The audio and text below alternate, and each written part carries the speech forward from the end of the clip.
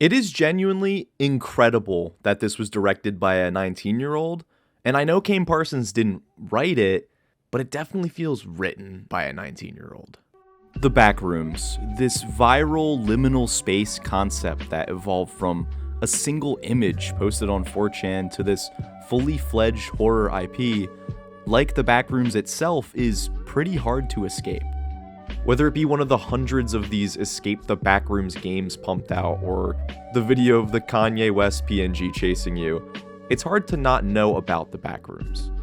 I know very little about it. I've never gotten into the YouTube short films or any type of lore around it. I've seen Kane Parsons' other shorts, like his Attack on Titan stuff and some of the Rolling Giant, but I wanted to go into this relatively blind so I could see if this works as a horror movie and not if it works as a backroom story, if that makes sense. But still, even not knowing much, I was pretty excited to see this movie. The trailers and marketing around it have been interesting, and it's so cool to see such a young creator get an opportunity like this, especially right after Obsession. But to be honest, even not knowing anything about the wider lore or story or universe or anything, this feels like the weakest version of The Backrooms. I don't know if I would say it feels dumbed down for a wider audience or anything.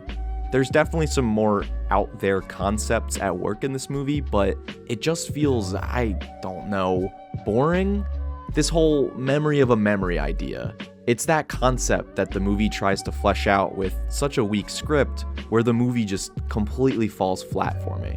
But I don't want to be too negative or anything. I don't just want to sit here and no prize it for other people, because there is a lot to appreciate, especially the achievement of Kane Parsons. Going from YouTube shorts made in Blender to a widely released A24 film, what he was able to do on a theatrical level at 19 is genuinely inspiring. He took everything that works in his shorts and applies it on such a wide scale, and for the most part, it still works here. The direction and handheld camera work is on point, framing shots in the back room so that you're always leaning forward to see what's around a corner, or you're on the edge of your seat because you don't know what could be in that next room off screen. There's some great found footage sequences. They were the absolute peak of this movie for me. Honestly, I think I would have enjoyed it a bit more if it was most of the movie. Everything that already works on a horror level is turned up to a 10 through a found footage point of view. It still works outside of it, but the camera swinging around, only showing you one character's POV at a time, really adds to the tension. It does have a few moments where you're kind of like, why the hell would the character go back and grab the camera? Why are we picking up the camera? Why is that important right now? One of those found footage like tropes. But those scenes are effective enough, I give it a pass. I also still really like some of the backroom sequences that aren't found footage as well, and there's some handheld shots that are used when characters are running in those moments that get very shaky, and it emulates the found footage style without being found footage. I found that really visually interesting. The actual set and design of the backrooms is awesome to see on the big screen. The furniture and mannequins all clipped through the walls and floors, all being perfectly blended together with both visual effects and the physical set. And then you take all that and pair it with such a great and eerie score, it fully immerses you in the backrooms. The movie mostly follows two characters, Clark, the owner of a furniture store where he finds the backrooms, and his therapist, Mary. Both of the characters are dealing with their own personal trauma that ties into the movie's main theme, people being stuck in cycles, but they don't really get explored as deep as the movie wants you to think it does. It's a little too much tell and not enough show. But still, Chiwetel Ejiofor absolutely crushes it regardless, and at points carries the entire movie on his back. He is just so damn good here.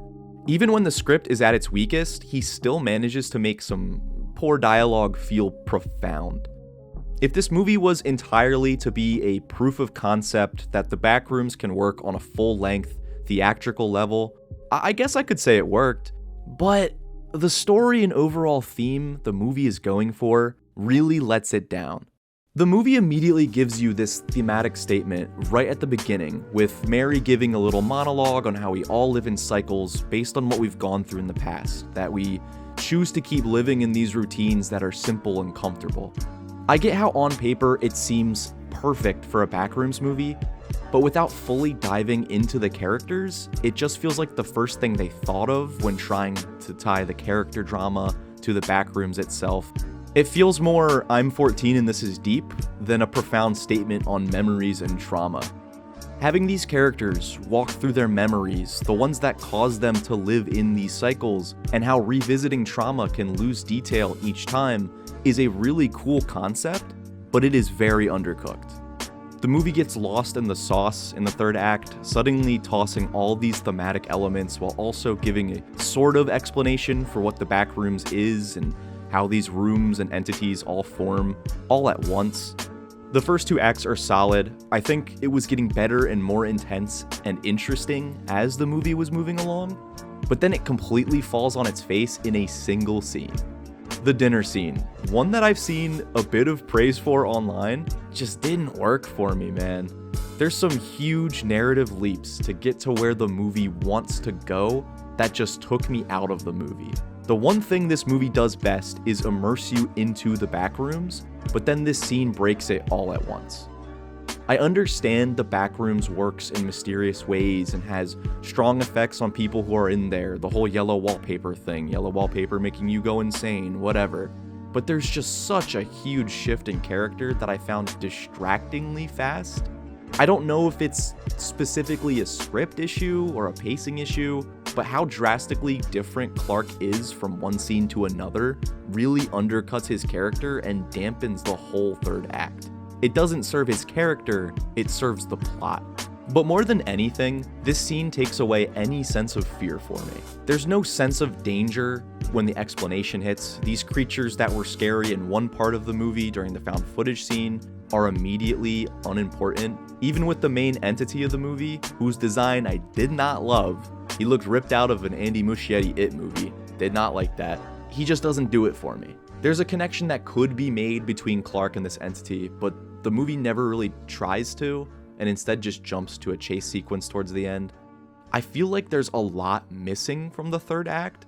If there was more time put into exploring the characters, I think everything in the dinner scene would hit at least a little bit better, regardless of it being immediately less scary. And with how long this movie feels at points, there's definitely some time that could have been better used to flesh out these characters and flesh out these ideas. Still, I think most of the movie will work for a lot of people. It's not terrible by any means. The story just feels like a disservice to the pretty well thought out ideas that it wants to explore. I'd give Backrooms a light 3 out of 5 stars. I enjoyed parts, and I have been thinking about it for a few days after, which is fun, but it's not one I'd really want to rewatch right away. If you saw Backrooms, let me know your thoughts in the comments. Thank you for watching all the way to this point. If you did, I really appreciate it. You might as well subscribe and boost my engagement while you're here. That would be cool. Thanks again for watching, and I will see you guys in the next one.